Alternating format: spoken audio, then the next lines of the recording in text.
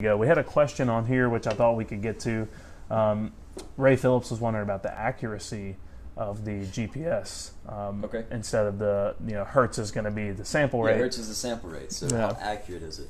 And yeah, so the interesting thing is that unless you're in the military or surveying, GPS is never going to be more accurate than about two or 5 meters, like 2 or 5 yards, ever. That's just how the world works right now.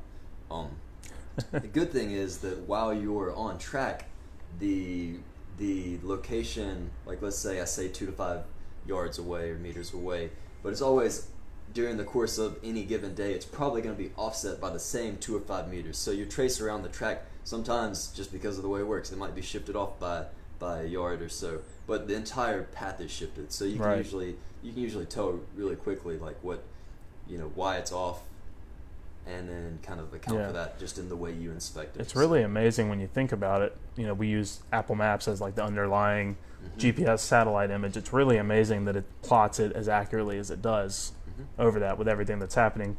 So I guess a good rule of thumb there, and something I always make sure to tell people, is the map's always relevant to itself. It's always accurate to itself. The loop that you make around it probably ends up back where you started, and that's the sign that it's consistent to itself, whether the whole thing shifted a little bit over Apple's map or not. So Ray, hopefully that gets you there. So that is a really good question though, because there's a difference between accuracy and hertz when you're talking about GPS.